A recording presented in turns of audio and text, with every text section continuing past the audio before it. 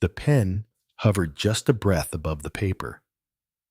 Across the polished table, the billionaire's hand shook so badly the ink trembled in his signature line, like his body already knew this was the moment his life would collapse. His suit was perfect, but his face wasn't. Sweat gathered at his temple. His throat worked like he was swallowing a stone. Around him, lawyers sat stiff and silent eyes fixed on the bankruptcy document, as if it were a coffin lid waiting to be closed. Then, barely audible, someone spoke. "Sir, please don't sign that." A waitress stood at the edge of the room, still holding a tray. Her uniform was worn, her fingers were damp from washing dishes, but her eyes were locked on the papers, like she had just seen something no one else noticed. The head lawyer snapped, "This is a private meeting. Get out." But the billionaire didn't move. He stared at her, half angry, half desperate, because for the first time in weeks, someone in that room sounded certain. The waitress stepped closer, voice trembling but firm. "There's a mistake," she said, pointing to one line. "A big one." The billionaire's hand froze over the signature line, and in that silence, everyone realized one tiny error might decide whether he loses everything or whether the whole truth is about to explode. Before we jump into the full story, tell me where you're watching from and what time it is there right now. I love seeing how far this channel reaches. And if you enjoy powerful, emotional stories with real-life lessons, go ahead and hit subscribe so you don't miss the next one. The meeting room sat high above the city glass walls, stretching from floor to ceiling. Outside, the skyline of Lagos shimmered under the afternoon sun. Busy roads, honking cars, people moving with purpose. Life was going on. But inside that room, time had slowed to a painful crawl. The man at the center of the table was Daniel Adebayo. For 25 years, his name had meant strength, power, control. Daniel Adebayo was the founder of Adebayo Global Logistics, a company that once moved goods across West Africa like blood through veins. Ports, warehouses, fleets of trucks, he had built it all from nothing. Not inherited wealth. Not family connections. Just grit, sleepless nights, and a stubborn refusal to fail. But now, the same company that once made him a symbol of success was bleeding him dry. Daniel leaned back in his chair and closed his eyes for a moment. He could still hear the voices from the past few months.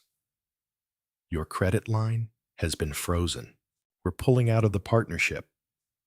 The interest rates have changed." Each sentence had landed like a blow to the chest. Across the table sat 3 lawyers in dark suits. Their faces were professional, controlled, but even they couldn't fully hide the tension. Bankruptcy was never a victory, even when it was strategic. The head lawyer cleared his throat gently. "Mr. Adebayo, once you sign, we'll file immediately. This protects you from further claims." "Protects you?" Daniel almost laughed. What protection was there in admitting defeat? He glanced at the documents again. Page after page of legal language reduced his life's work to numbers, clauses, and consequences. Assets to be seized, shares to be liquidated, properties to be restructured. A polite word for taken.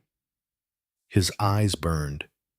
He thought of his late father, a dock worker who used to come home smelling of oil and salt water. A man who died believing his son would never bow to anyone. He thought of his mother who sold vegetables in the sun so he could attend school. "If they could see me now," Daniel thought bitterly. Sitting here signing away everything. The room felt tight, too quiet. Then his gaze drifted almost by accident toward the corner of the room. The waitress was gone. She had been escorted out moments earlier, her words dismissed like dust. Yet her voice lingered in his head. There's a mistake. Daniel opened his eyes again and stared at the line she had pointed to before they removed her. Clause 14b. At first glance, it looked harmless. A standard liability consolidation. He had seen versions of it many times before, but something about the way she said a big one wouldn't let him rest. Daniel leaned forward. Pause, he said quietly. The lawyers looked up surprised. Sir, one of them asked. I want that clause reviewed again, Daniel said, tapping the page. The one about consolidated debt from the Eastern Port acquisition. The head lawyer hesitated. We already went through that. It's airtight. Daniel's jaw tightened. Then go through it again. There was a brief silence. Then the lawyer nodded and turned to his assistant. Pull the original acquisition documents. As they worked, Daniel's thoughts drifted not to money, but to how he had ended up here. It hadn't happened overnight. 3 years earlier, Adebayo Global had expanded aggressively. New routes, new ports, bigger contracts. At the time, everyone praised his ambition. But ambition had a shadow. A shipping delay here, a currency fluctuation there, a corrupt local partner who vanished with funds meant for equipment. One small crack after another. Then came the global slowdown. Suddenly, the banks weren't calling him visionary anymore. They were calling him high risk. Daniel had trusted advisors, trusted reports, trusted people who smiled in meetings and disappeared when things went wrong. Now, only the lawyers remained. One of them frowned. This is strange, he muttered. Daniel's heart thumped harder. What Daniel asked sharply. The lawyer didn't answer immediately. He flipped pages, scanned numbers, then leaned closer to the document. The debt from Eastern Port. It's listed here as fully transferred to Adebayo Global, he said slowly. But according to the acquisition agreement, he stopped. Only 60% was supposed to be transferred. The remaining 40% stayed with the original holding company for 5 years. Daniel's breath caught. 5 years. And how long has it been? Daniel asked. The lawyer swallowed. 4 years and 8 months. The room changed. Not dramatically, not loudly, but something shifted like air rushing into lungs that had been held too long. That means, Daniel said carefully, this portion of the debt shouldn't legally be counted yet. Yes, the lawyer admitted. If this is correct, then your total liability has been overstated. Daniel stared at the numbers. Overstated. The word echoed. He felt anger rise first, hot and sharp, then confusion, then something far more dangerous. Hope. He pushed his chair back and stood. Find her, he said. The lawyers blinked. Sir, the waitress, Daniel repeated, the one who spoke up. I want her brought back here. One lawyer looked uneasy. With respect. Sir, with all respect. Daniel cut in, his voice firm. She saw something none of you did. That truth sat heavy in the room. Outside, the city kept moving. Inside, a man who had walked in ready to surrender now felt the ground shift beneath his feet. Somewhere downstairs, in a cramped service corridor that smelled of soap and old tiles, the waitress changed out of her uniform. Her name was Amara Okoye, and she had no idea that her life and Daniel Adebayo's were about to collide in ways neither of them could have imagined. Amara Okoye folded her faded uniform slowly, carefully, as if the thin fabric might tear if she moved too fast. The staff changing room was small and windowless, tucked behind the cafe kitchen like an afterthought. One flickering bulb buzzed overhead. The air smelled of soap steam and tired bodies. Two metal lockers stood open, their paint chipped from years of use. Amara placed her uniform inside her locker and closed it with a soft click. Only then did her hands begin to shake.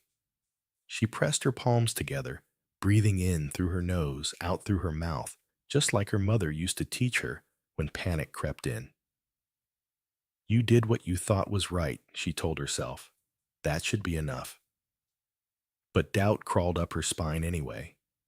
Who was she to interrupt men in suits? Who was she to point at papers worth more money than she would earn in a lifetime? She leaned against the cool metal locker and closed her eyes. Her mind drifted not to the meeting room upstairs, but far away from it, to a different life, to a different version of herself. Years ago, Amara had been a student, not a dreamer with her head in the clouds, but a practical one. Numbers made sense to her. Balance sheets, columns, logic. Where others saw confusion, she saw patterns. She had grown up in a modest neighborhood on the outskirts of the city. Her father was a bus driver who believed deeply in education. Every night, no matter how tired he would sit with her at the table while she studied. Numbers don't lie, he used to say. If you learn to understand them, they'll protect you. Amara had believed him. She studied accounting at a local polytechnic. Nothing fancy, no big name. But she was good, very good. Lecturers noticed. One even told her once, smiling, "You have a sharp eye. Don't lose it." Then life happened. Her father fell ill suddenly. Hospital bills stacked up faster than Numbers ever had in her textbooks. Her mother tried to keep things together, but grief and stress hollowed her out. Amara dropped out during her second year. Just temporarily, she told herself. Just until things stabilized. They never did. One job turned into another. Shop assistant, cleaner, server, waitress. Each time she told herself it was only for now. Still, the habit of noticing never left her. She noticed prices, receipts, contracts customers left behind on tables. She noticed when numbers didn't line up, when something felt off. It wasn't curiosity, it was instinct. That instinct was what had stopped her upstairs. When she placed the coffee tray down earlier, she hadn't meant to look at the documents. But the pages were spread wide right at her eye level. One line caught her attention immediately, not because it was bold, not because it was underlined, but because it didn't fit. Her heart had skipped when she read it. She leaned closer, pretending to wipe the table, scanning just enough to confirm her suspicion. This is wrong, she had thought. This can't be right. At first, she tried to ignore it. It wasn't her place. She was just the waitress. But as she stepped away, her father's voice echoed in her mind. Numbers don't lie. She had turned back. Now, standing alone in the changing room, Amara wondered if she had just ruined her job. The cafe paid little, but it paid consistently. Her younger brother depended on that money. School fees didn't wait for courage. She swallowed hard. A knock sounded suddenly on the metal door. Amara startled. "Amara," a voice called. Her manager. Her chest tightened. This was it, she thought. The consequences. She opened the door slowly. The manager stood there, eyes wide, not angry, but confused. And behind him stood a man in a dark suit, a very familiar man. Amara's breath caught. Daniel Adebayo. Up close, he didn't look like the powerful billionaire she had seen in magazines. He looked tired, older. His eyes carried weight like someone who hadn't slept well in a long time. The manager cleared his throat nervously. Mr. Adebayo asked to see you. Amara's mouth went dry. She nodded and followed them down the narrow hallway, every step heavier than the last. They returned to a smaller conference room, less formal than the one upstairs. No glass walls, no skyline view. Just a table, a few chairs, and silence. Daniel gestured for her to sit. She remained standing. I'm sorry if I crossed a line, Amara said quickly. I wasn't trying to... Sit, Daniel said gently. Not a command, a request. She hesitated, then sat. For a moment, he just looked at her. Why did you say there was a mistake, he asked. Amara took a breath. Because there was, she replied softly. At least, I believe there is. The lawyers were not present now, just the two of them. Daniel leaned forward. Explain it to me, in your own words. Amara's fingers twisted together. I studied accounting, she began. Not all the way through, but enough to know how liabilities are structured during acquisitions. She paused, gauging his reaction. He nodded. Go on? When I saw that clause, she continued, it listed the entire debt, as if it transferred immediately. But acquisitions like that usually phase liabilities, especially when there's shared ownership. I remembered because I made that mistake once in class. Daniel raised his eyebrows slightly. You remembered a classroom example? Yes, Amara said, because my lecturer failed me for it. He said it was the kind of mistake that ruins companies. Silence filled the room. Daniel leaned back slowly. You didn't do this for money, he said. It wasn't a question. Amara shook her head. No, sir. Then why? She thought for a moment. Because if someone had told my father the truth when he signed his last loan, maybe things would have been different. Daniel's throat tightened. He nodded once sharply. You saved me from signing that paper today, he said. Do you understand that Amara's eyes widened? I just pointed something out. You did more than that, Daniel said quietly. You spoke when everyone else stayed comfortable. He stood. I don't know what happens next, he continued, but I do know this. People like you don't belong washing dishes forever. Amara felt something stir in her chest. Not excitement, fear, because hope she had learned could be dangerous. Daniel walked to the door, then stopped. One more thing, he said, turning back. If this turns out the way I think it will, would you be willing to help us look through the rest? Amara swallowed. Yes, she said. Not because she was confident, but because, for the first time in years, someone had seen her not as a waitress, but as a mind. And that was a door she wasn't ready to close.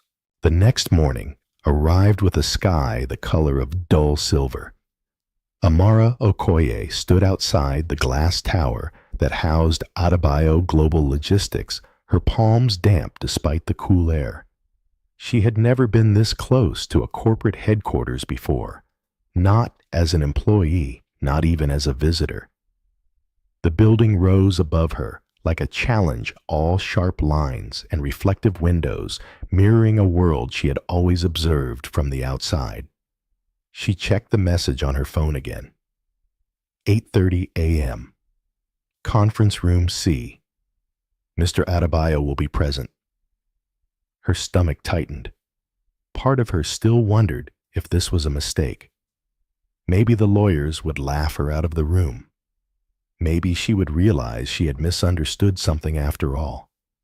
Maybe yesterday's courage would look foolish in the harsh light of morning. She took a breath and walked inside. The lobby was quiet. Security checked her name against a list and directed her upstairs. As the elevator doors closed, Amara caught her reflection in the mirrored wall. Simple dress, flat shoes, hair pulled back neatly. She looked composed. Inside, her heart was racing. Conference Room C was already occupied when she arrived. Daniel Adebayo stood near the window jacket, off sleeves rolled up. He looked different today, less defeated, still tense, but alert like a man who had been given a reason to stay awake. Around the table sat two lawyers and a financial analyst, all with open laptops and stacks of documents. Their eyes flicked toward Amara as she entered curiosity mixed with thinly veiled skepticism. Daniel turned. "Good, you're here." He gestured to an empty seat beside him. Not at the end of the table. Beside him, the room noticed. Amara hesitated, then sat where he indicated. Daniel wasted no time. "We're going through everything," he said, tapping the pile of documents. "Every acquisition, every liability, every clause. And she," he nodded toward Amara, "will speak freely."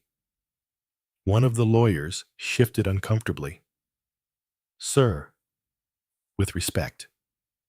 "With respect." Daniel interrupted calmly. "I signed off on respect before and nearly lost everything." Silence followed. Daniel turned to Amara. "Start with what you saw." Amara opened the file placed in front of her. Her fingers steadied as she scanned the page. Numbers, dates, terms. This acquisition, she began pointing to a section, was structured with deferred liability because the Port Authority retained partial operational control. That usually means she stopped. The analyst leaned forward. Usually means shared exposure, yes. Amara nodded. Exactly. But here the debt is consolidated as immediate and total. That inflates the company's liability on paper. She flipped a page. And this clause here references an amendment that was never countersigned. The lawyer frowned.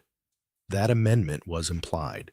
Implied doesn't hold up in court, Amara replied quietly. Especially not with public entities. The analyst's fingers flew over his keyboard. Daniel watched closely. Not the documents, but Amara. She wasn't guessing. She wasn't posturing. She was seeing. Minutes stretched into an hour.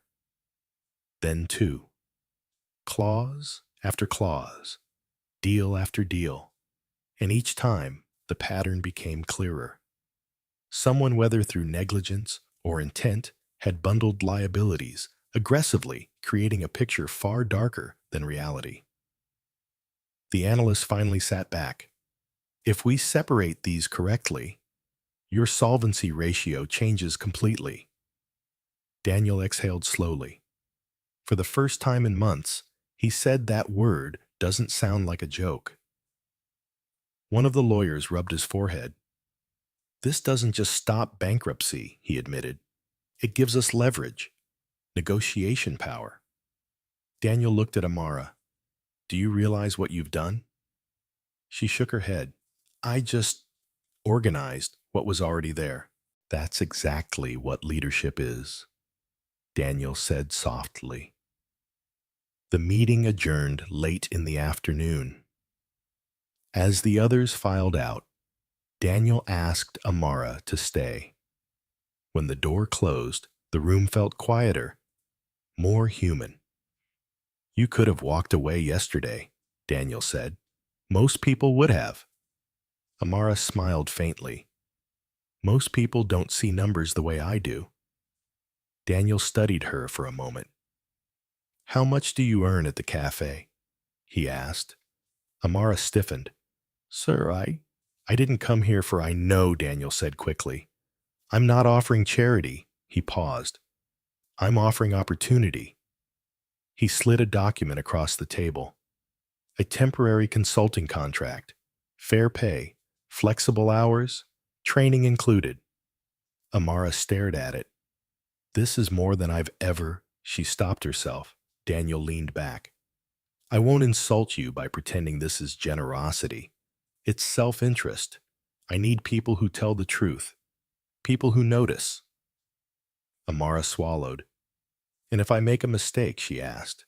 Daniel smiled, not the polished smile of a billionaire, but a tired, honest one. "Then we fix it, like adults." She signed, not because it felt safe, but because for the first time it felt right. As she left the building later that day, the city felt different. Not kinder, not easier, but possible. And high above the streets, in an office filled with recalculated numbers and shifting power, Daniel Adebayo stood alone by the window. He wasn't thinking about money. He was thinking about how close he had come to trusting the wrong voices, and how a woman in a waitress uniform had saved him simply by refusing to stay silent. The war wasn't over. But for the first time in a long time, Daniel wasn't fighting blind. By the third day, the building no longer intimidated Amara. It still impressed her, the clean floors, the quiet efficiency, the way people moved with purpose, but it no longer made her shrink. She walked into Adebayo Global Logistics with her shoulders straighter, her steps more certain, even as her heart continued to beat a little faster than normal. Word had spread, not loudly, not officially. But in offices like these, information traveled faster than memos. People whispered about the waitress. Some were curious, some amused, some irritated, and a few were afraid. Amara felt their eyes on her as she passed through the corridors, clutching her folder close to her chest. She told herself not to look back, not to apologize with her posture. Conference Room C had become her base. That morning, the room was tense before she even sat down. Daniel Adebayo stood at the head of the table reviewing a report on his tablet. Across from him sat Victor Mensah, the company's chief financial officer, a tall man with sharp cheekbones and a calm, unreadable expression. Victor had been with the company for over a decade. Trusted, respected, untouchable. Until now. "We need to talk about the Southern Corridor losses," Daniel said, without looking up. Victor nodded smoothly. "We've already addressed those in the restructuring proposal." Amara glanced at the documents in front of her. Something didn't sit right. Daniel looked up, addressed how Victor folded his hands. By consolidating them under long-term debt, it simplifies the picture for creditors. Simplifies for who Daniel asked. For everyone, Victor replied evenly. Amara cleared her throat. The sound felt loud in the room. Daniel turned to her. "Go ahead." Victor's eyes flicked toward her. Brief. Assessing. Amara chose her words carefully. "The Southern Corridor losses are being reported as operational," she said, "but they're actually tied to a one-time regulatory shutdown.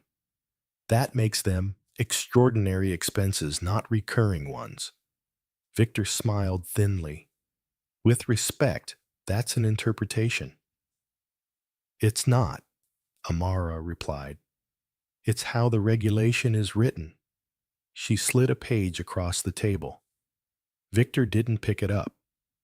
You're new here, he said calmly, and I admire your enthusiasm. But corporate finance isn't as simple as textbooks. Amara felt heat rise to her cheeks. Daniel noticed. It is that simple. When someone tries to hide a pattern, Daniel said quietly. Victor finally looked at him. Are you suggesting something? Victor asked. Daniel met his gaze. I'm suggesting transparency. The air thickened. Victor picked up the paper Amara had slid forward and scanned it. His jaw tightened almost imperceptibly. This classification has been approved before, he said. By you, Daniel replied. Silence fell like a dropped plate. Amara held her breath. Victor straightened his tie. Are you questioning my integrity? I'm questioning your numbers, Daniel said, and lately they've been wrong. Victor stood. If this is about trusting outsiders over your own executives, then maybe I should have done it sooner. Daniel interrupted. Victor's face hardened. I won't sit here and be undermined, he said, especially by someone who was serving coffee last week. The words stung. Amara felt them land not just on her, but on something deeper. On every late night, she had studied before dropping out. On every job interview that ended when her resume didn't impress. Before she could speak, Daniel did. She's here because she sees what you don't, he said, or what you chose not to. Victor scoffed. This is ridiculous. He gathered his tablet and turned toward the door. If you walk out, Daniel said calmly, consider it your resignation. Victor stopped. For a moment, Amara thought he might turn back, might argue, might fight. Instead, he smiled a cold, tight smile. You'll regret this, Victor said. Then he left. The door closed softly behind him. Amara exhaled shakily. Daniel sat down. You okay? He asked. She nodded, though her hands trembled. I didn't mean to cause. You didn't cause anything, Daniel said firmly. You exposed it. He leaned back, staring at the ceiling. For years, I thought loyalty meant silence, he continued. Turns out, silence nearly destroyed everything. The days that followed were brutal. Victor's departure sent shockwaves through the company. Audits were launched, accounts frozen, long-ignored files were reopened. What they found was worse than Daniel had feared. Misclassified debts, inflated losses, strategic delays that benefited certain partners at the company's expense. Not enough to call it outright theft, but enough to call it manipulation. The press didn't know yet. The board didn't know yet. But they would. Amara worked late into the nights, her eyes burning, her mind sharp. For the first time since leaving school, she felt fully awake. Still, doubt crept in when she was alone. She wondered if Victor was right, if she didn't belong here, if this world would eventually swallow her whole. One evening, as she gathered her things, Daniel stopped by her desk. You did good today, he said. She smiled weakly. I made an enemy. Daniel nodded. That's how you know you're doing something right. She hesitated. What if this all falls apart? Daniel looked around the office, at the people working late, at the stacks of recalculated futures. Then we fall apart honestly, he said, not pretending everything is fine. Amara nodded slowly. Outside, the city lights flickered on one by one, and somewhere in the shadows, Victor Mensah watched his former company from a distance, his expression unreadable.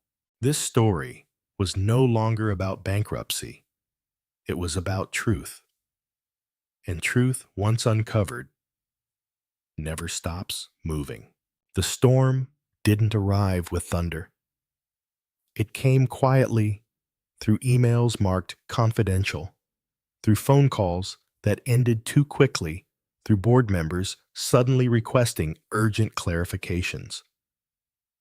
By the end of the week, Daniel Adebayo understood one thing clearly. Victor Mensah hadn't left peacefully. He had gone to war. Daniel stood in his office staring at the city below. The traffic crawled like veins under skin, endless and indifferent. In his hand was a printed email from one of the company's oldest creditors. We are reconsidering our position. Concerns have been raised about internal instability. Internal instability. Daniel exhaled slowly. Across the room, Amara sat at the conference table, sorting documents into careful stacks. She looked calm, focused, but Daniel could see the tension in her shoulders. They're being fed half-truths, Daniel said. Victor is telling them I've lost control. Amara didn't look up. He's telling them what scares them most. Daniel turned. Which is uncertainty, she replied. People fear what they don't understand. And right now, they don't understand why the numbers suddenly look different. Daniel rubbed his temple. He's framing transparency as chaos. Yes, Amara said, because chaos makes people run back to familiar lies. A silence settled between them. Daniel studied her. You've thought about this before, he said. Amara paused, then nodded. When my father was sick, the hospital kept changing our bills. Every time we asked questions, they told us not to worry, that they were handling it. She met Daniel's eyes. They weren't. Daniel felt something twist in his chest. Victor is counting on you getting tired, he said, on you backing down. Amara shook her head. I've already been tired, for years. That afternoon, the board meeting was called. No delay, no preparation time, just pressure. The boardroom was larger than conference room C, long, polished table, high-backed chairs. Portraits of past executives lining the walls like silent judges. Daniel sat at the head. Amara sat 2 seats away from him. She could feel the eyes on her immediately, some curious, some hostile, some dismissive. One board member cleared his throat. Daniel, we've received troubling information. Daniel nodded.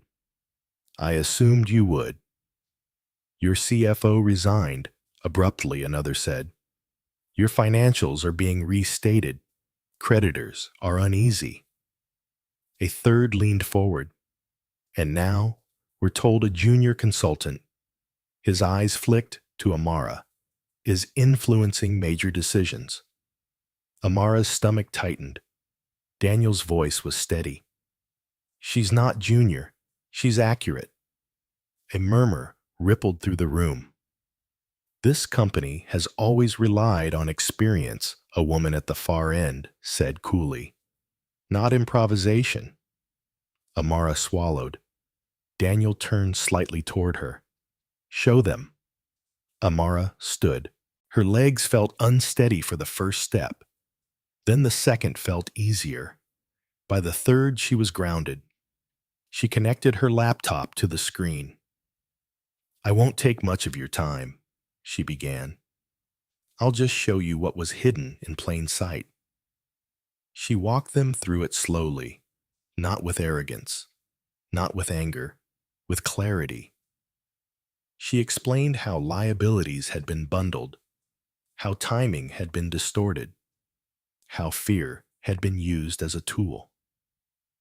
She showed projections, before and after corrections. The room grew quiet, not skeptical quiet, thinking quiet. One man adjusted his glasses. "If this is correct," "It is," Amara said gently. "And it doesn't make the situation worse.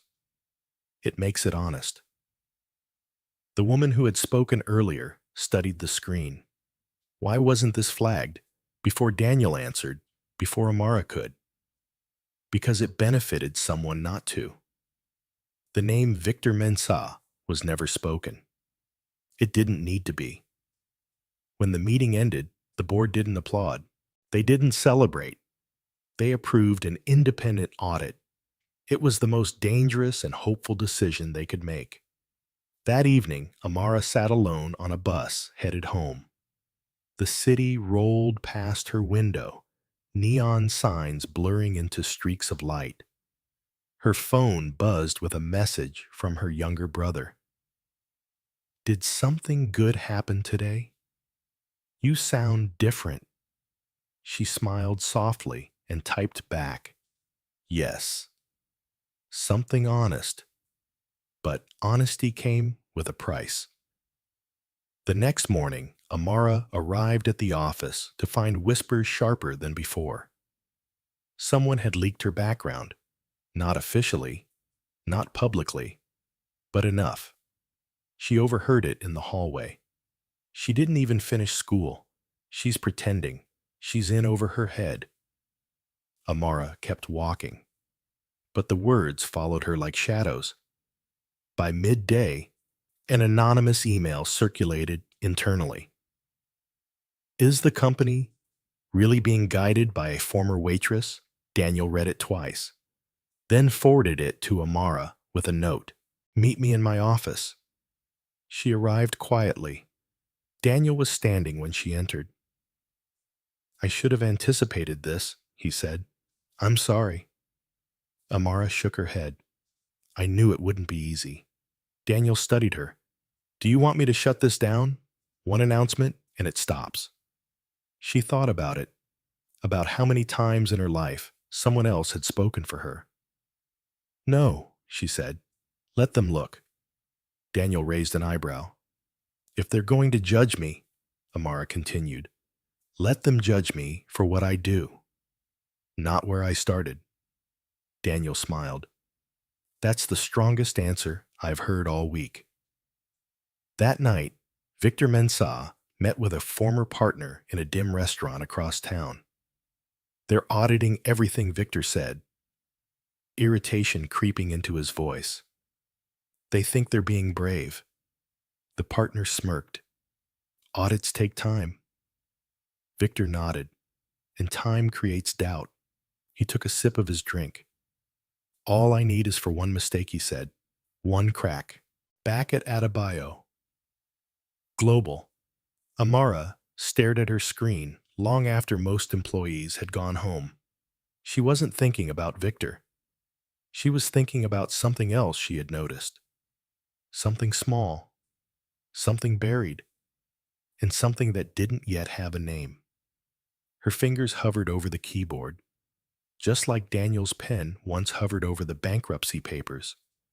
And once again, everything depended on whether she chose to speak. Amara didn't sleep that night. The ceiling above her small room seemed to pulse with every thought racing through her mind. She lay on her thin mattress phone, glowing in her hand, as she reviewed screenshots she had taken earlier. Tables of figures, timestamps, ledger notes that most people would never notice. But she noticed. The thing that kept her awake wasn't fear. It was recognition. She had seen this pattern before.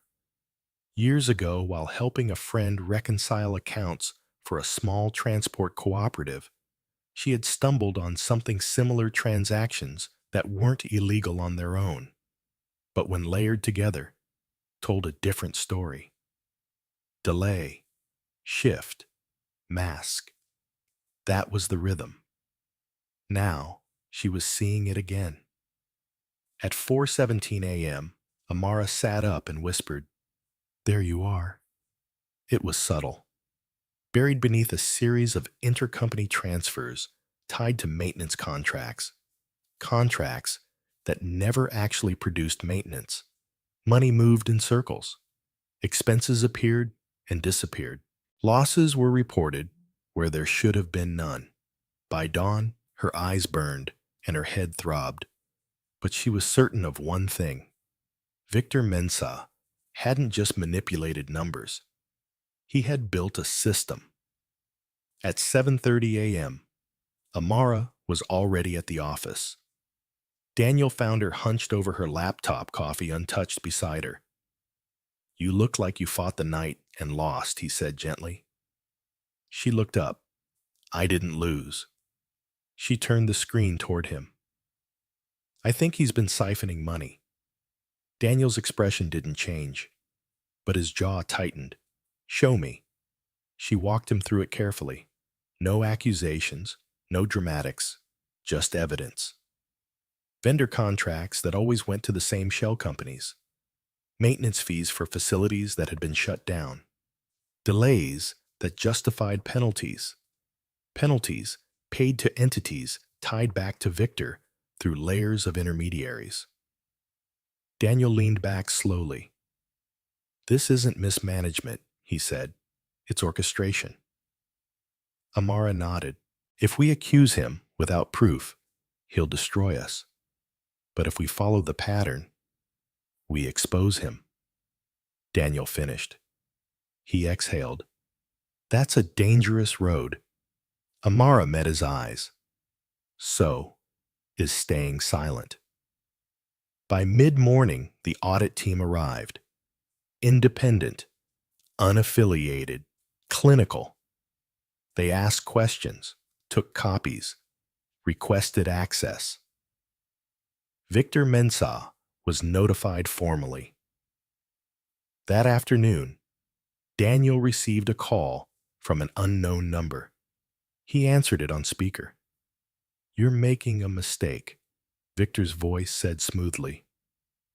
"Funny," Daniel replied. "I was thinking the same about you." "You've let sentiment cloud your judgment," Victor continued. "That girl has a name." Daniel cut in.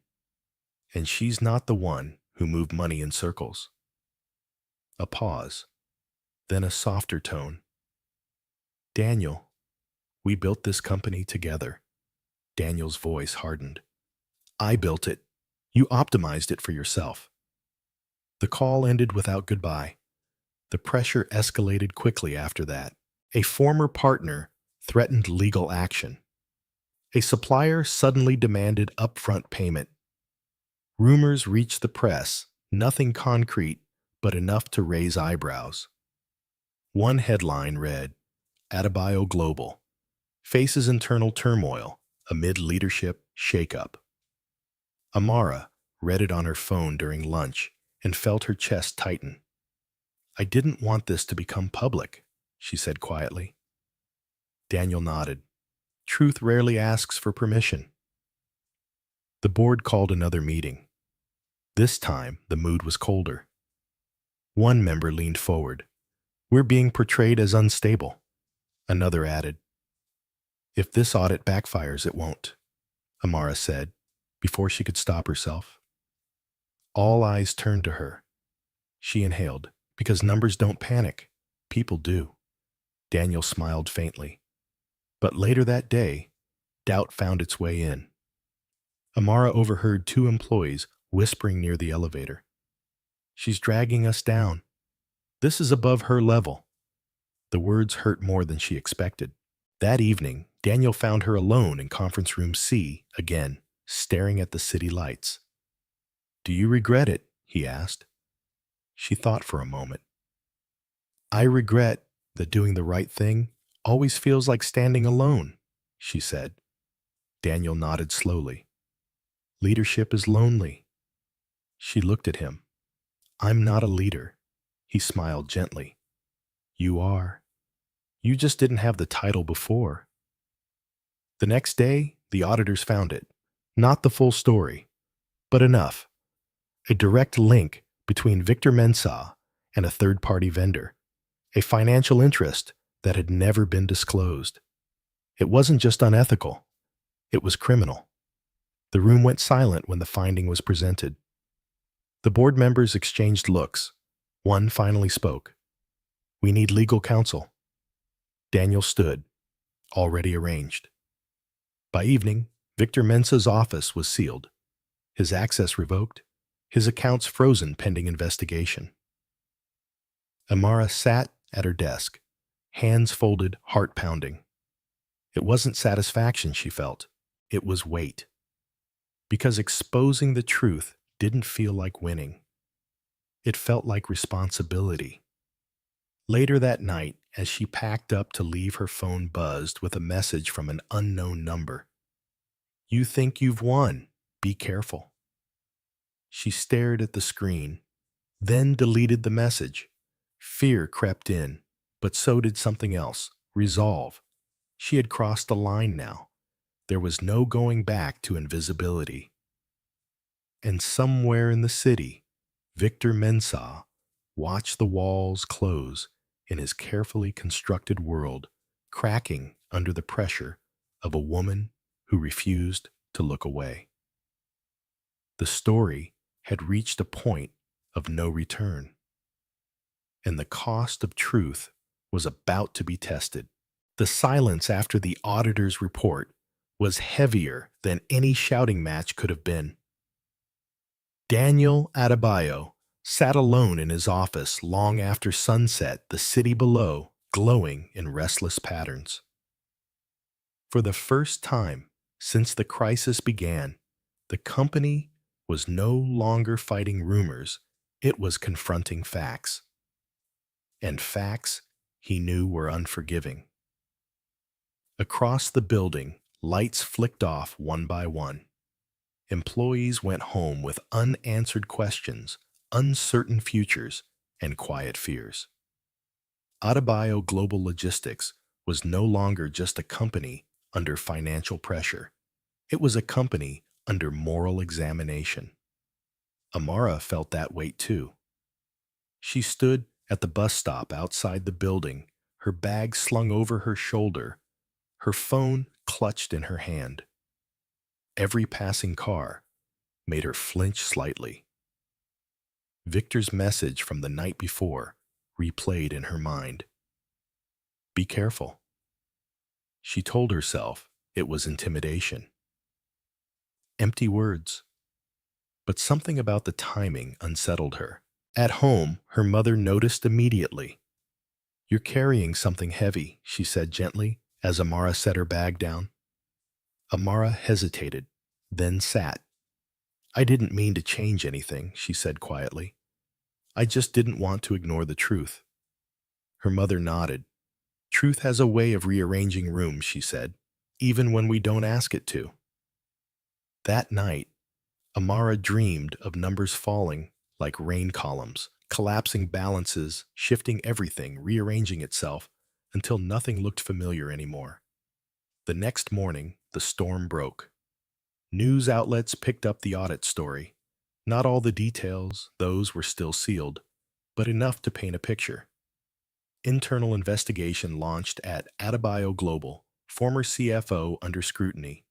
Phones rang nonstop. Daniel called an emergency leadership meeting. This time, there were no raised voices, no accusations, just exhaustion. "We need to stabilize," one executive said. "Staff morale is dropping." "And creditors," another asked. "They're watching closely." Daniel listened, then turned to Amara. "What do you see?" he asked. The room paused. Amara took a breath. "I see two choices," she said slowly.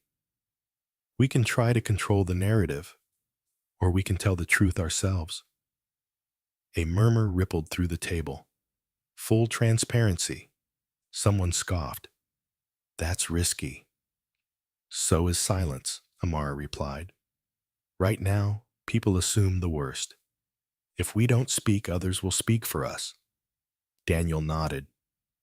Prepare a statement, he said. Clear, honest, no spin. After the meeting, Daniel pulled Amara aside. You don't have to be the face of this, he said. I won't put you in that position. She looked at him. I don't want to hide. He studied her. Are you sure? She nodded. If I disappear now, it proves every whisper right. That afternoon, the statement was released. It didn't deny mistakes. It didn't soften them. It acknowledged internal failures, announced cooperation with authorities, and outlined immediate reforms. The response was mixed. Some praised the honesty. Others smelled blood. But one thing was clear. Adebayo Global was no longer pretending. Inside the company, reactions were raw. Some employees avoided Amara. Others quietly thanked her. A few stopped her in hallways, their voices low. My father lost his pension because of things like this, one man said. I'm glad someone finally spoke, but not everyone felt that way. Late one evening, as Amara prepared to leave, she found her desk drawer open. Nothing was missing. But someone had been there. Her heart raced. She went straight to Daniel's office. This might sound paranoid, she said, but someone went through my things. Daniel's expression hardened. You're not paranoid. He picked up the phone. Security. Increase coverage on her floor and walk her to transport tonight, Amara protested. I don't want special. You don't want vulnerability, Daniel said firmly. Neither do I. That night, as she rode home in a company vehicle, Amara stared out the window at familiar streets that now felt strangely distant. Her life had shifted faster than she could process. Back at the office, Daniel received another call. This one from a board member. Victor is offering to cooperate, the voice said, in exchange for leniency. Daniel closed his eyes. And he claims he was pressured, that others were involved. Daniel exhaled slowly. They always say that he replied, but doubt crept in anyway. What if Victor wasn't alone? What if the corruption went deeper? The next few days were a blur of meetings, interviews, legal consultations.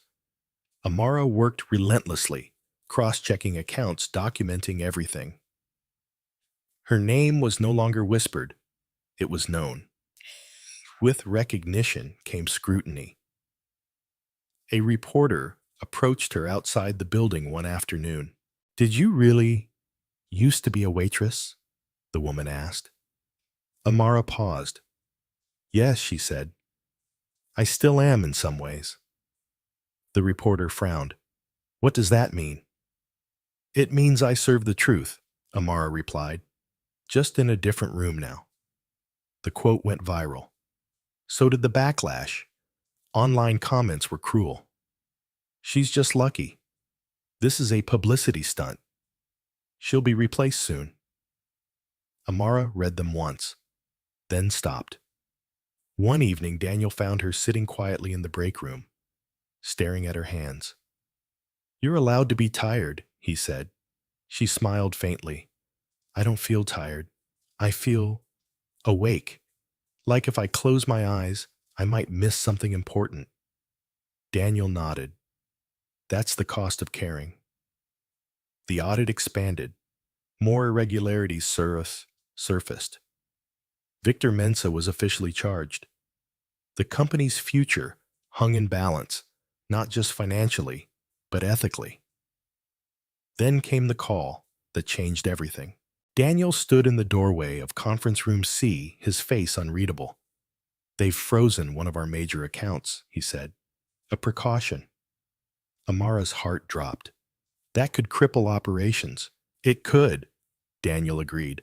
Unless, he looked at her, unless you're right about the contingency reserves. She blinked. Those are restricted. On paper, Daniel said.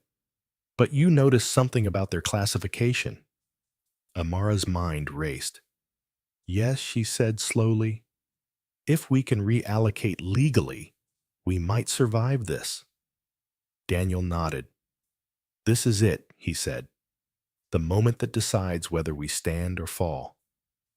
Amara looked at the screen, at the numbers at the path forward, and the risk it carried. Once again, the truth demanded action. And this time, the stakes were everything. The room felt smaller than it had ever been. Conference Room C, once a place of quiet recalculations and cautious hope, now carried the weight of a final test. The contingency reserves sat on the screen like a locked door. The numbers were there. The logic was sound. But legality lived in the margins, and margins were where companies died. Amara stood with her hands resting on the back of a chair, eyes fixed on the projections. Daniel sat opposite her jacket, draped over the chair beside him, sleeves rolled up again. The habit had returned.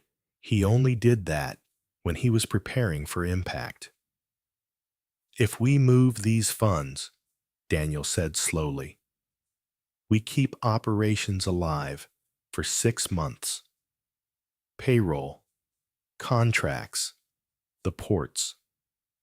And if we're wrong, Amara replied, just as slowly, we hand our enemies the weapon they're waiting for.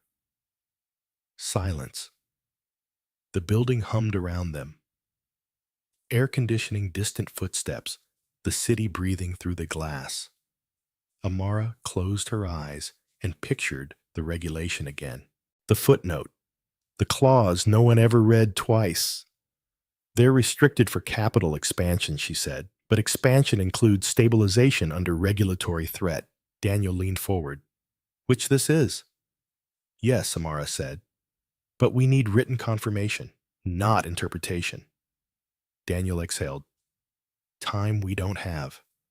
Amara opened her eyes. Then we make time. She pulled up her phone and scrolled to a contact she hadn't touched in years. A name. Her former lecturer, Daniel noticed. Who's that? The man who failed me, Amara said softly, and taught me to be precise. The call rang longer than she expected. Then a voice answered, older, tired but familiar. Hello, sir, Amara said. It's Amara Okoye. A pause. Amara? Accounting? Yes. Another pause. Then a small smile crept into her voice. You told me once, mistakes ruin companies. I did, he said. And you learned. I need your help, she said, not as a favor, as a professional opinion. Within an hour, documents were emailed. Regulations cross-referenced, interpretations cited. Not opinions, precedents. When Amara finished explaining, her lecturer's voice came through steady. You're right, he said, but only if the board acknowledges the emergency in writing. Daniel looked up. We can do that. By morning, the board convened again. Sleep-deprived, wary, cornered, Daniel presented the plan, not with bravado, with honesty. This is our last responsible move, he said, not to escape scrutiny, but to survive it. Questions flew. Objections followed. Fear sharpened every sentence. Then Amara stood. She didn't raise her voice. She didn't rush. If we don't act, she said, we prove the lie that transparency makes companies weak. If we do act and do it correctly, we show that truth can hold weight. A board member leaned back. And if this fails, Amara met his gaze. Then we fail having told the truth, not hiding behind it. The vote was close, but it passed. The funds were reallocated carefully, lawfully documented, down to the last decimal. Operations continued, barely, but enough. The relief was not celebration.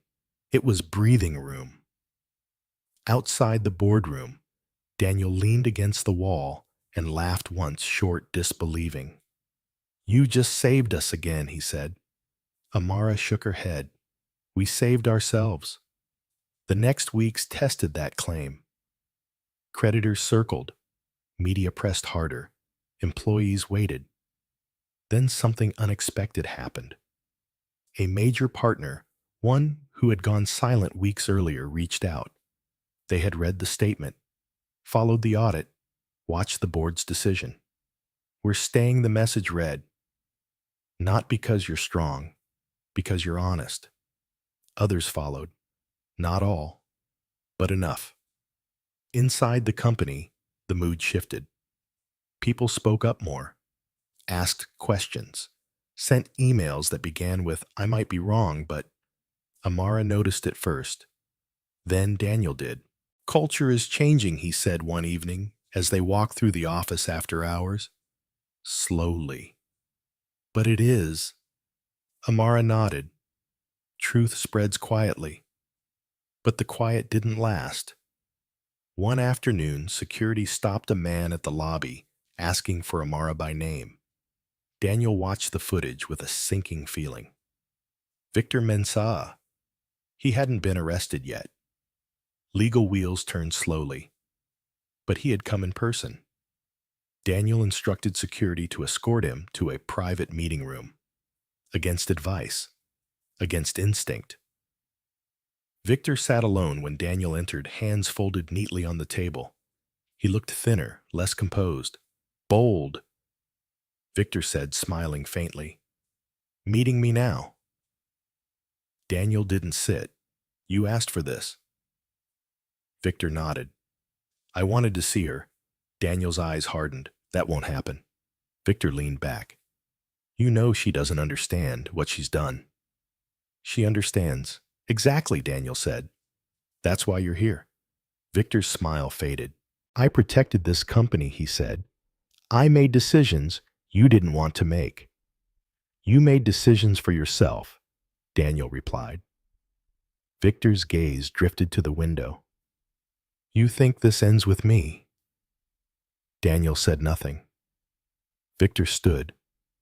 There are others, quiet ones. They won't come to light so easily. Daniel held his ground.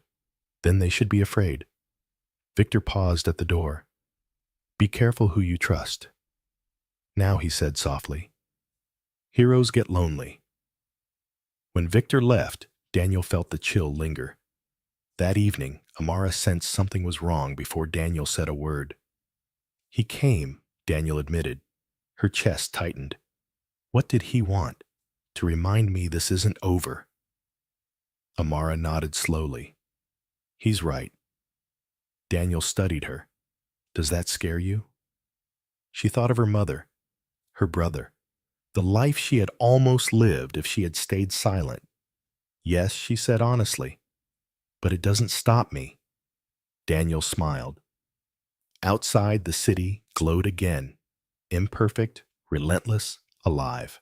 Inside Adebayo Global, the numbers finally told a story that matched reality. And at the center of it all stood a woman who had once served coffee quietly and now carried the weight of a company's conscience. The final test was coming, and it wouldn't be written in numbers alone. The calm didn't last.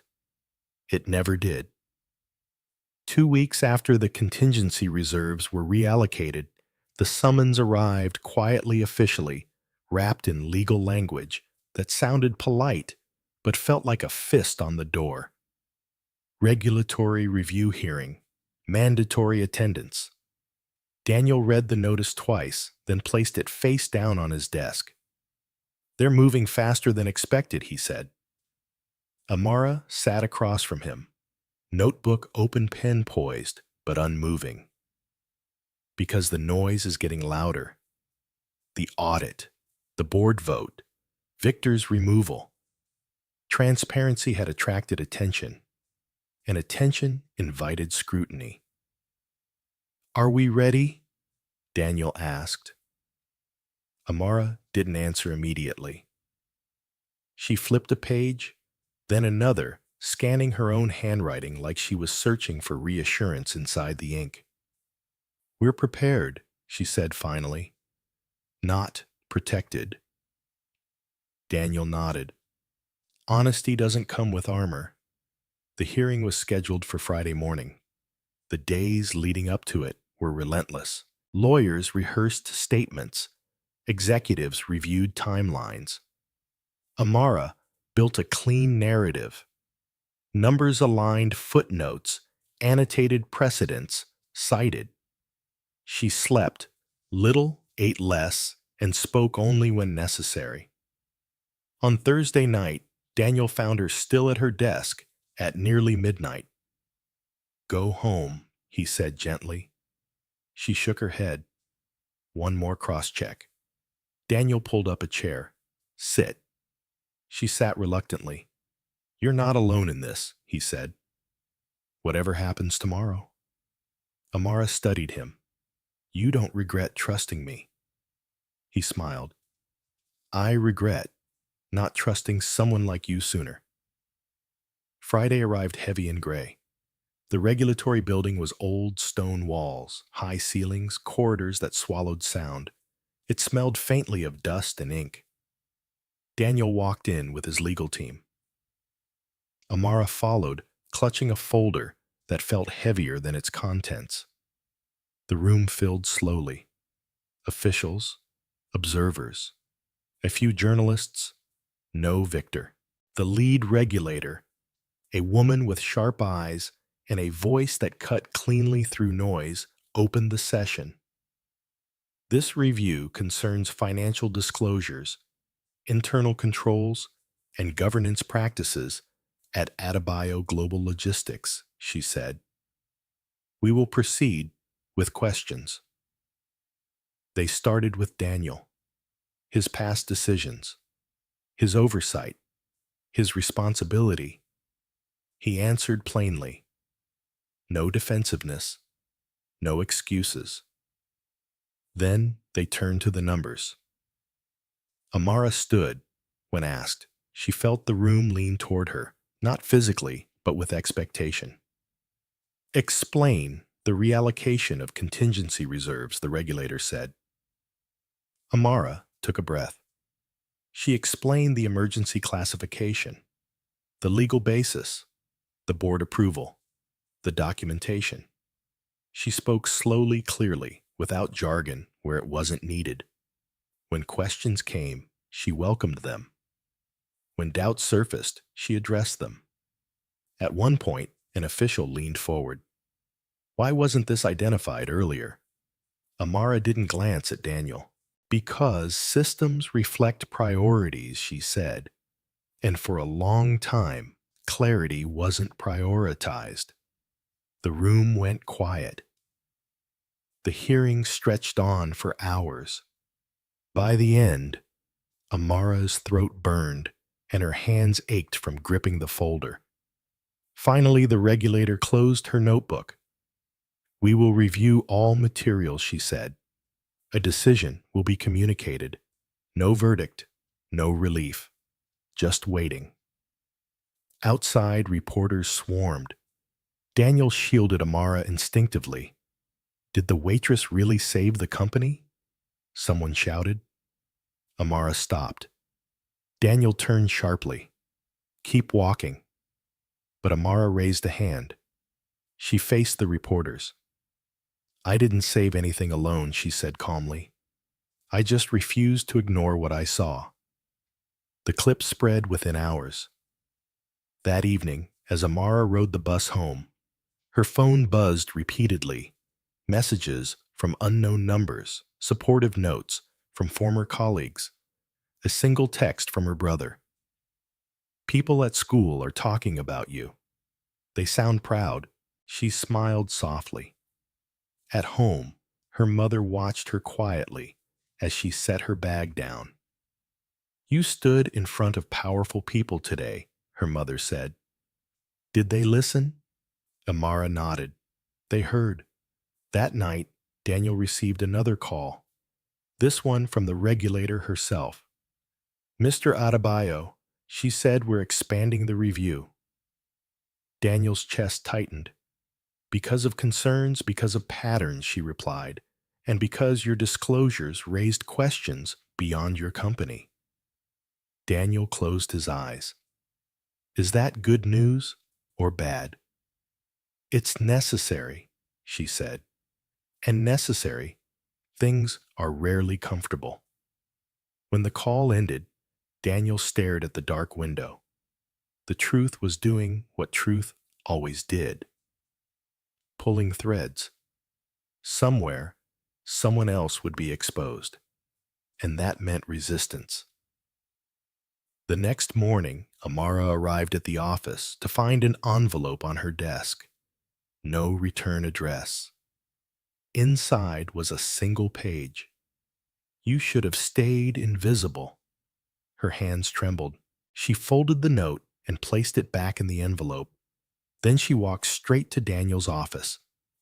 He read it once, then tore it in half. This doesn't change anything, he said. Amara nodded. I know. But later that day, doubt found her anyway. She stood in the restroom staring at her reflection. The woman looking back at her didn't look like a hero. She looked tired, human. Is this worth it? She wondered. Then she remembered the meeting room, the pen hovering, the mistake no one wanted to see. Yes, it was. That afternoon, the first decision came through. Not a final ruling, but a directive. Adebayo Global is cleared to continue operations pending final review. Daniel exhaled for the first time in days. Amara sat down slowly, her knees weak. They weren't safe, but they weren't falling. The battle wasn't over, but they had held the line. And somewhere beyond the walls of offices and hearings, something bigger was shifting, because one person had refused to stay invisible. The directive brought relief, but it didn't bring peace. Adebayo Global could continue operating, yes.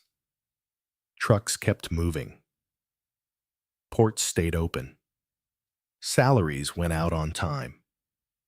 From the outside, the company looked stable again. Inside, it felt like walking across thin ice. Daniel noticed it first in meetings. People spoke carefully, too carefully. Every decision carried an invisible question. Will this be used against us later? Amara felt it in smaller ways. Emails copied to too many people. Conversations that stopped when she entered a room. Smiles that didn't quite reach the eyes. Transparency had changed the culture, but change always exposed fear. One afternoon, Daniel called Amara into his office and closed the door.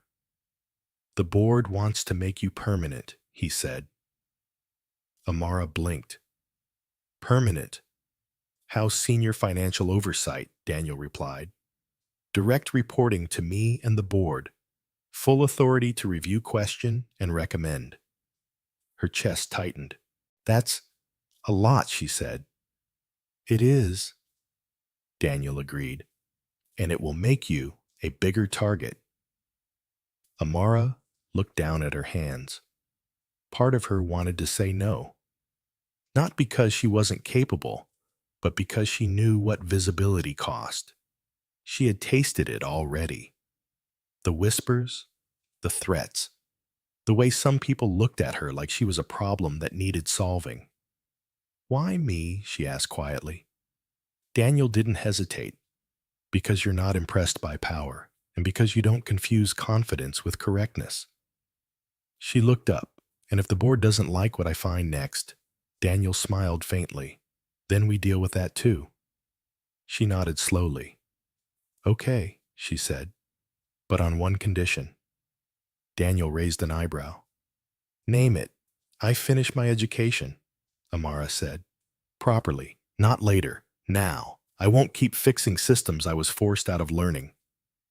Daniel's smile widened. Done. The announcement went out the next day. Some applauded, others resented.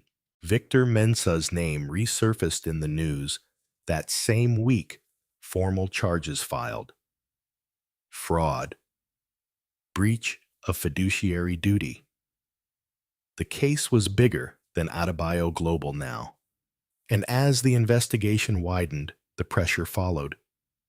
One evening, Amara received a call from an unknown number. She almost ignored it. Almost. "Hello," she said. Silence. Then a voice low, careful. "You don't know me, but I know what you uncovered." Her heart thudded. "Who is this?" "Someone who's been cleaning up after people like Victor for years," the voice replied. "And someone who's tired." Amara's grip tightened on the phone. "What do you want?" she asked. "To warn you," the voice said. "There are others. Quiet ones. They won't threaten you. They'll offer help." The line went dead. Amara sat there for a long time, phone pressed to her ear, long after the call ended. The next morning, the offer came. A consulting firm reached out, one with deep connections, impressive credentials, and a carefully worded proposal. They praised her work, admired her courage, and offered to support Adebayo Global through the review process. Daniel read the proposal, then handed it to Amara. "What do you think?" he asked. Amara scanned it once, then again, then shook her head. "They're too interested," she said, "and too early." Daniel nodded. "My instinct, too." Amara pointed to a clause. "This gives them access to internal restructuring data beyond what's necessary." Daniel leaned back. "So they'd know where to apply pressure." "Yes," Amara said, "or where to hide it." Daniel closed the file. "We decline." The refusal didn't go unnoticed. Within days, a minor operational issue, normally resolved quietly, was reported publicly. A shipment delay. Nothing serious. But it was framed dramatically. Adebayo, global faces, continued challenges. Despite reforms, Amara read the article and felt her jaw tighten. "They're testing us," she said. Daniel nodded. "They want us tired." That night, Amara stayed late again. She wasn't reviewing old accounts this time. She was designing something new, a system, clear reporting paths, automated flags, mandatory cross-checks, no single point of control.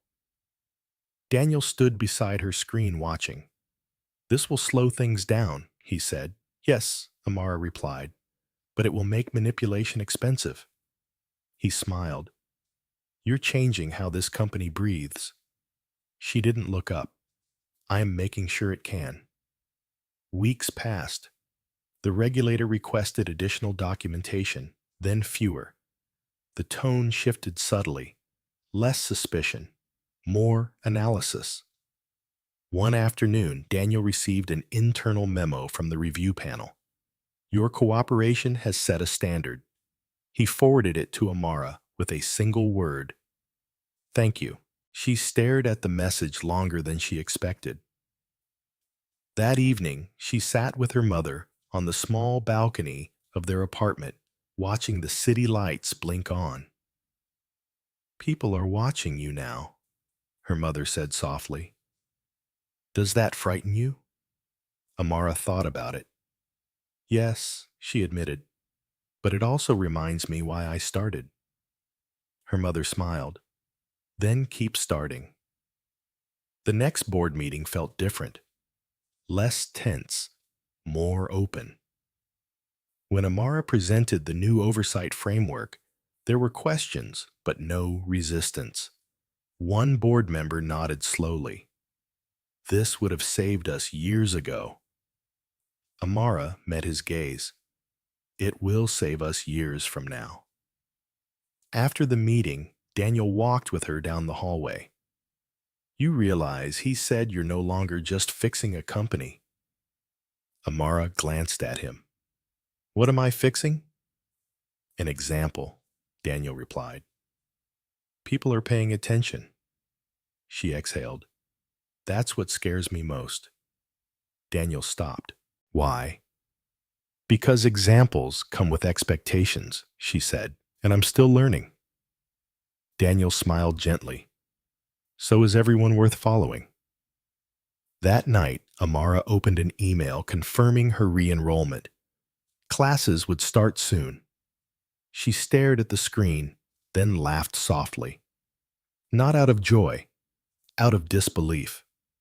The girl who once folded a waitress uniform in a dim changing room was now rewriting systems and returning to finish what life had interrupted. The storm wasn't over. But for the first time, it felt like it had direction, and direction Amara had learned was the difference between chaos and purpose. The first day back in a classroom felt stranger than any board meeting ever had. Amara sat near the middle row of a lecture hall filled with younger faces, laptops, open voices, low and restless. The air smelled faintly of chalk and coffee. For a moment, she felt out of place, older, heavier, with responsibility, carrying a life none of these students could see. Then the lecturer walked in and began speaking about financial ethics. And Amara leaned forward. She wasn't here to prove anything. She was here to finish. Her days took on a new rhythm. Morning classes, afternoons at Adebayo Global, evenings split between assignments and audits. It was exhausting and grounding. At work, Daniel noticed the change not in her performance, but in her confidence. She questioned assumptions faster, challenged phrasing, asked why a process existed before accepting that it should. One afternoon, during a review of a new vendor contract, Amara paused. This clause, she said, pointing to the screen, creates a dependency loop. The procurement lead frowned. It's standard. That's why it's dangerous, Amara replied. Daniel watched the exchange with quiet satisfaction. The new oversight system began to work. Flags appeared where none had before. Small inconsistencies, timing mismatches. Nothing dramatic, but enough to stop problems early. People complained. This is slowing us down. We're being watched too closely. Amara listened, then responded calmly. Speed without integrity is just a faster collapse. Not everyone appreciated that. One executive, frustrated after a proposal was delayed, confronted her in the hallway. You enjoy this, don't you? He said. Being the gatekeeper. Amara met his gaze. I enjoy sleeping at night. He walked away without another word. The regulator's final review approached quietly. No announcements, no headlines, just requests, more documents, more explanations. Daniel and Amara worked side by side late into the evenings, the city outside dark and patient. One night, Daniel broke the silence. You know, he said, when this is over, people will say, I was lucky. Amara glanced at him. Were you? Daniel considered it. Lucky that you spoke. Lucky that I listened. Amara nodded. Listening is a skill. Not everyone has it. Daniel smiled. I'm still learning. The final hearing was shorter than the first. Less interrogation. More confirmation. The lead regulator flipped through her notes, then looked up. We've reviewed the expanded audit, she said. We've examined governance changes, and we've interviewed staff at multiple levels. She paused. Adebayo Global made serious mistakes, she continued. But you confronted them directly, without deflection, without delay. Daniel held his breath. We are closing the review, the regulator said, with recommendations, but no sanctions. The room exhaled as one. Relief washed through Amara so suddenly she had to grip the edge of the table. Afterward, outside the building, Daniel turned to her. "It's over," he said quietly. Amara nodded. "This part is." The press response was cautious but fair. Regulators close review on Adebayo Global City, rare transparency. Employees gathered in small groups, reading the news on their phones. Smiles appeared, hesitant at first, then real. Daniel addressed the company that afternoon. He didn't boast. He didn't dramatize. He thanked people for staying, for questioning, for adjusting. Then he did something unexpected. He called Amara forward. "This company survived because someone without power chose honesty," he said, "and because we chose to change." Applause filled the room. Amara stood still, uncomfortable, with the attention, but proud. That evening, as the building emptied, Amara sat alone at her desk, staring at a message on her screen. "Congratulations on your performance this term. Top of the class." She closed her eyes. For a long moment, she let herself feel it, not triumph, but completion. A circle closing. At home, her brother burst through the door when she arrived. "They talked about you on the radio," he said. "They said you're changing how companies work." Amara laughed softly. "They exaggerate." Her mother watched her from the kitchen, eyes shining. "You didn't just change a company," she said. "You changed what you believed you were allowed to be." Later that night, Amara sat by the window, city lights flickering below. She thought about the waitress uniform folded away, about the pen hovering over bankruptcy papers, about the choice to speak. She understood something now that she hadn't before. The hardest part of telling the truth wasn't the risk. It was accepting that once you do, it changes you, and you can't go back. At Adebayo, global systems ran cleaner. Decisions took longer, but held better. Daniel watched it all with quiet gratitude. "People trust us again," he said to Amara one afternoon. She nodded. "Trust grows where fear used to live." He smiled. "You sound like a teacher." She laughed. "Maybe one day."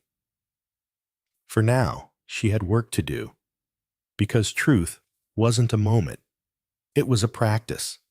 And this story, far from ending, was finally being told the right way.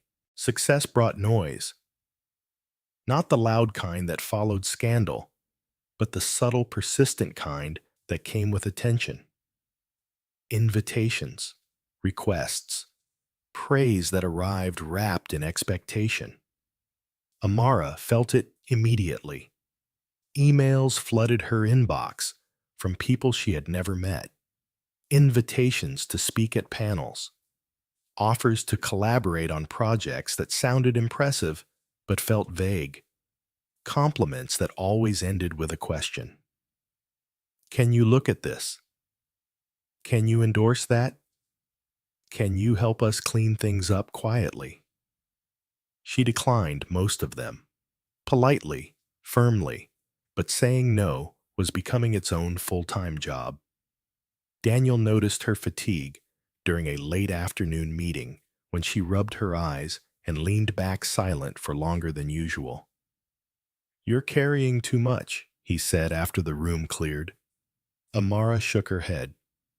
"I just don't want to become what people expect instead of what's needed." Daniel studied her. "That's the risk of becoming visible." She sighed. "I didn't speak up to become a symbol." "No," Daniel said. "You spoke up because silence felt wrong." Amara nodded. "And I don't want to lose that feeling." The test came sooner than she expected. A new opportunity landed on Daniel's desk, one that promised rapid expansion into a neighboring region. Big contracts, government backing, the kind of deal that could double Adebayo Global's revenue within a year. The board was excited, too excited. This could reposition us completely, one member said. After everything we've been through, this is momentum. Daniel didn't respond immediately. He looked at Amara. What do you see? He asked. Amara reviewed the documents carefully. Once, twice. Then her brow furrowed. There's pressure in this, she said slowly. A rush. Another board member waved a hand. Of course there is. Opportunities don't wait. Amara met his gaze. Neither do consequences. She pointed to a clause buried deep in the proposal. This indemnity provision shifts long-term liability away from the partners and onto us. It's subtle, but it's there. The room quieted. The same board member frowned. That's standard. It's common, Amara replied. Not the same thing? Daniel leaned forward. What happens if we accept it? Amara inhaled. Short-term growth, long-term exposure. Exactly the kind that brought us to the edge before. Silence stretched. Then the pressure began. We can negotiate later. We can manage the risk. We can't keep being afraid. Amara listened, then spoke. This isn't fear, she said. This is memory. Daniel closed the folder. We don't move until this is restructured, he said. The vote was split. For the first time since the crisis, Daniel overruled the board. The backlash was immediate. One member resigned. Another threatened to. Rumors swirled again this time, framed as overcorrection. Fear disguised as prudence. Amara felt the weight of it settle on her chest. Had she become too cautious? Too controlling? That night, she sat alone in conference room C, staring at the same skyline she had watched months ago from the outside. Daniel joined her quietly. Do you think we made the wrong call? She asked. Daniel considered the question carefully. I think we made a hard one. She nodded. Sometimes I worry that truth makes people hesitate. Daniel smiled faintly. Truth doesn't slow progress. It chooses the right direction. The following week, the deal fell apart. Not because of Adebayo Global, but because the partners were exposed in a separate investigation. Hidden liabilities surfaced. Government backing vanished. The board went silent. One member cleared his throat. If we had signed, Daniel nodded, we'd be explaining ourselves again. Amara felt something release inside her, not triumph, but validation. That evening, Daniel called her into his office. I've been thinking, he said, about succession. Amara blinked. Succession. I won't run this company forever, Daniel continued. And when I step back, I want systems, not personalities, to lead. She nodded slowly. That's the only way it lasts. Daniel smiled. I want you to help design that. Amara hesitated. I don't want power for its own sake. I know, Daniel said. That's why you should help shape it.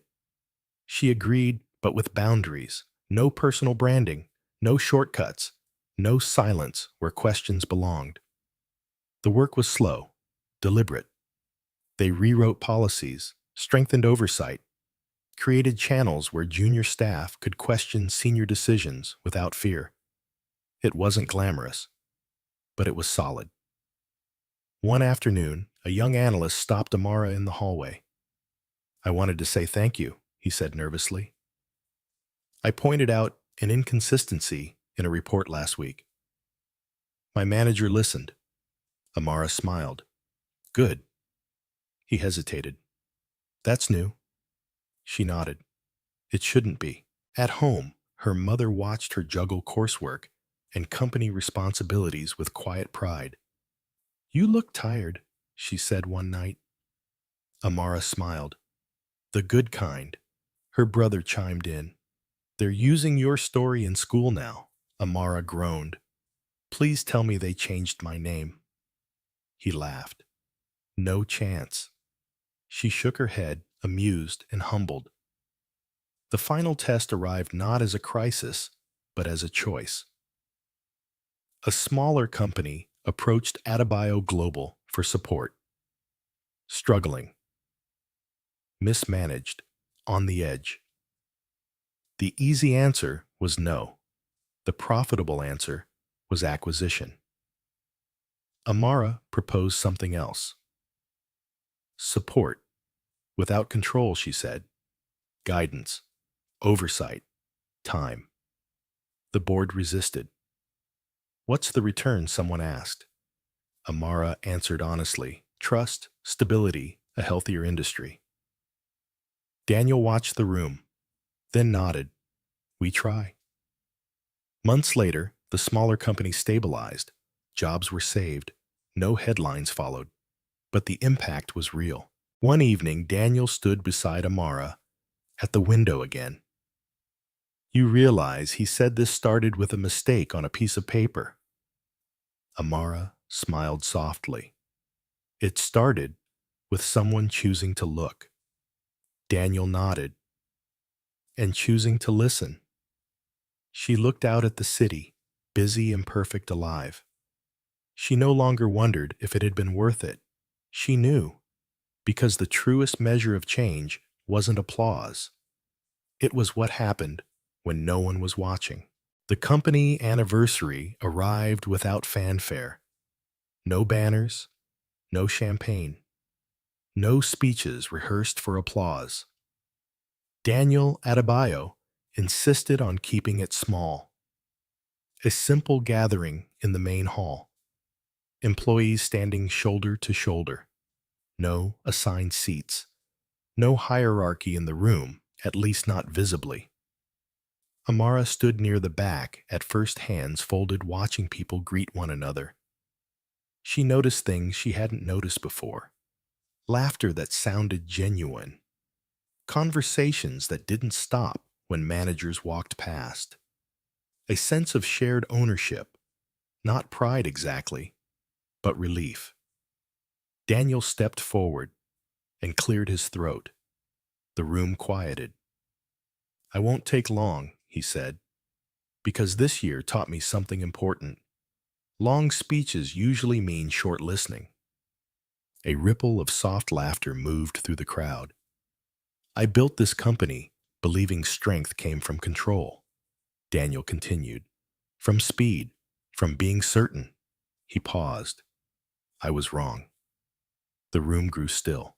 "We almost lost everything," he said, "not because of markets, not because of competition, but because we stopped questioning ourselves." Daniel turned slightly, his eyes finding Amara. "And because one person refused to stay quiet, we were forced to look again." A murmur spread. Amara felt heat rise in her chest. She lowered her gaze instinctively. "This isn't a story about a billionaire being saved," Daniel said. "It's a story about a company learning to hear." He stepped back. No applause followed. At first. Then one person clapped. Then another, until the room filled with it, not loud, not explosive, but steady, grounded. Afterward, as people dispersed, Amara slipped outside to breathe. The air felt lighter. Daniel joined her a few minutes later, hands in his pockets. "You survived being acknowledged," he said. She smiled faintly. "Barely." They stood in silence, watching traffic slide past the building's gates. "Do you ever think about how close you came to signing?" Amara asked quietly. Daniel nodded. "More often than I admit." "And if you had?" she asked. He exhaled. I would have blamed everyone but myself. She nodded. I almost didn't speak. Daniel looked at her. Why did you? She thought for a long moment. Because I knew what it felt like to be invisible, she said. And I didn't want the truth to feel that way too. The following weeks were quieter. Not empty, just settled. The regulator's final recommendations were implemented without resistance. Internal audits became routine. The oversight framework Amara helped design was adopted across departments. And something unexpected happened. Other companies started calling, not for help hiding problems, but for guidance. How did you rebuild trust? How did you change culture without breaking morale?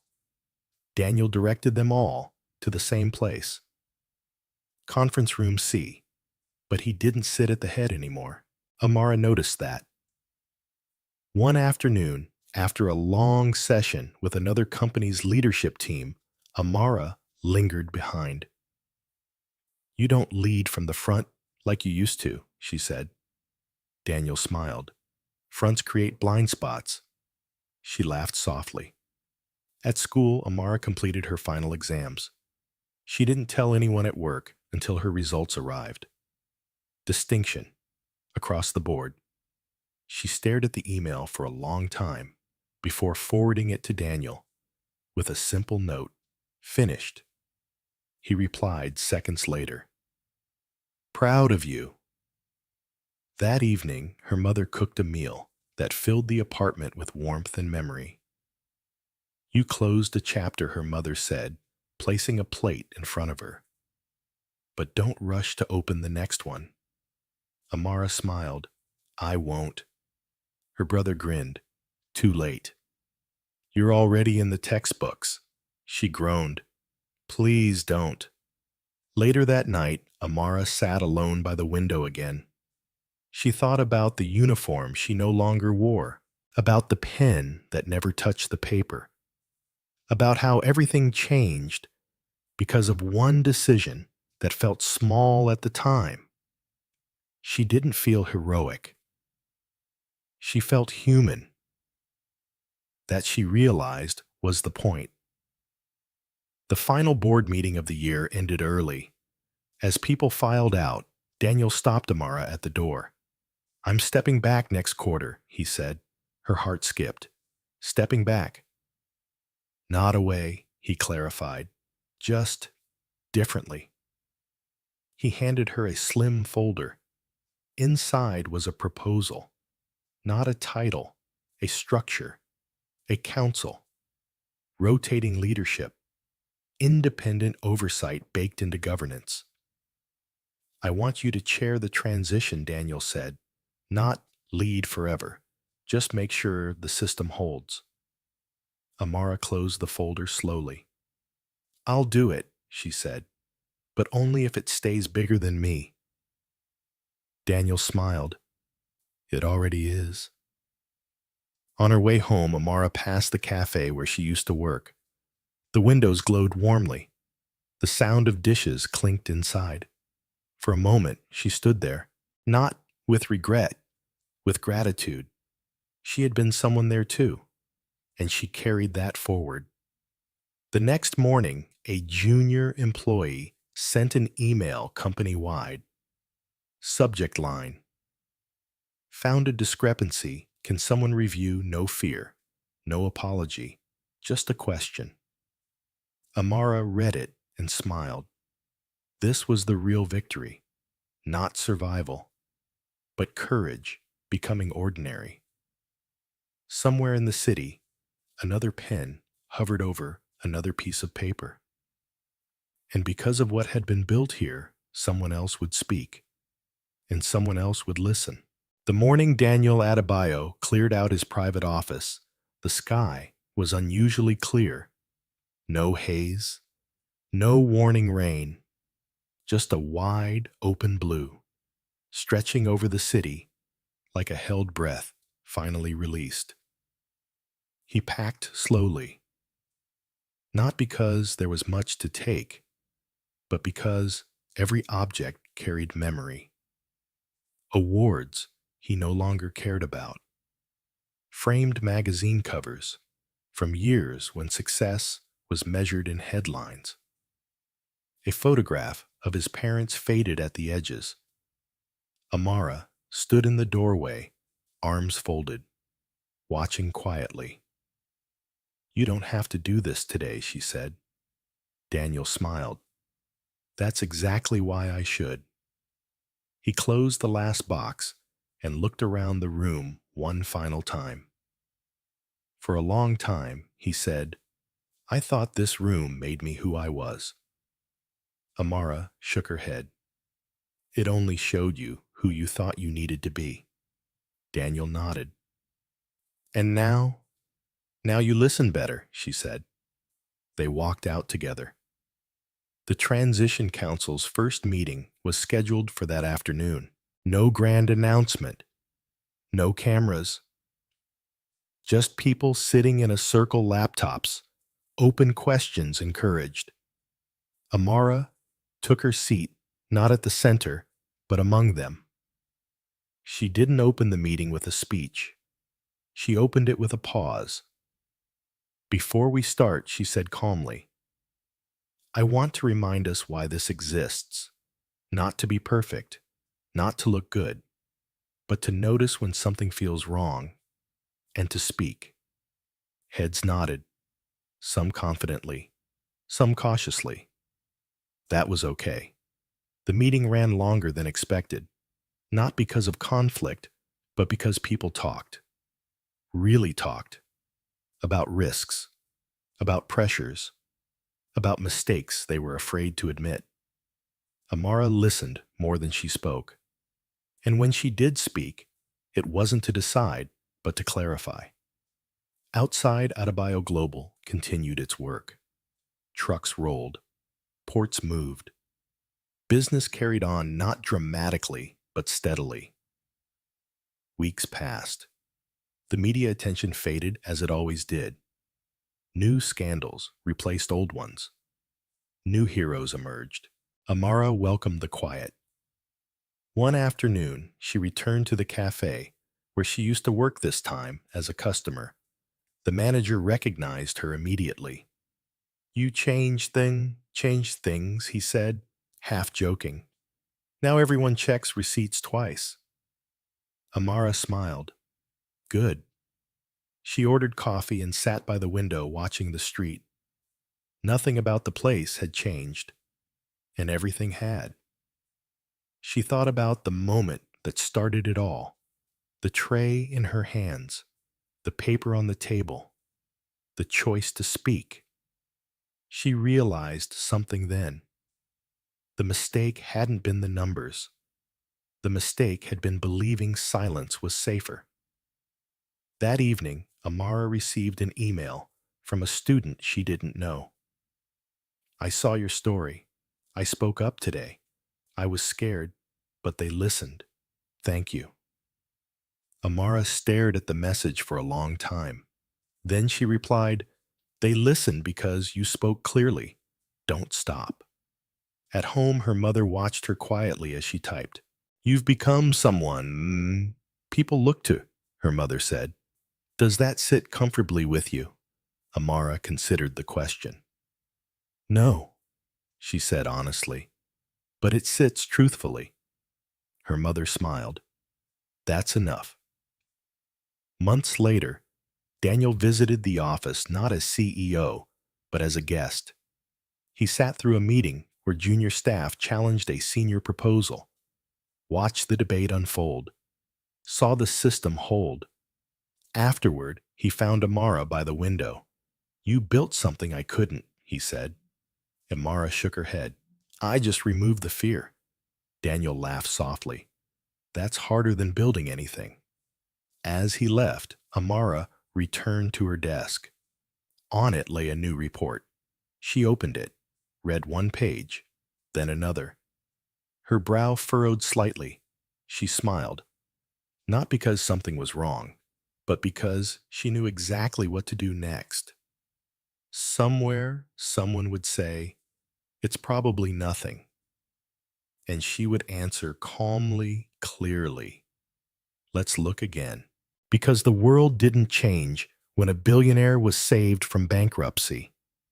It changed when a waitress proved that attention, courage, and integrity mattered more than titles. And that lesson, quiet, human, and powerful, would keep traveling from table to table, from room to room, from voice to voice, as long as someone chose to speak. In life, the greatest turning points rarely come with noise or applause. They arrive quietly through small moments where we choose whether to stay silent or to speak. This story reminds us that kindness is not always soft and courage is not always loud.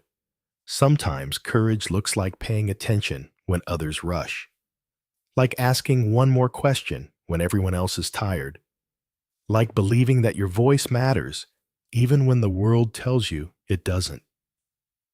Goodness doesn't belong to titles.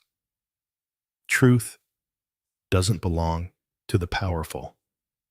And hope doesn't belong only to those who are already winning. It belongs to anyone willing to stand up with honesty, even when fear whispers that silence is safer. So here's a question for you. Have you ever noticed something wrong, but stayed quiet? What might have changed if you spoke? Share your thoughts in the comments. Your story could inspire someone else to find their voice. And if this story moved you, please subscribe to the channel. So together, we can keep telling stories that remind us of the power of being human.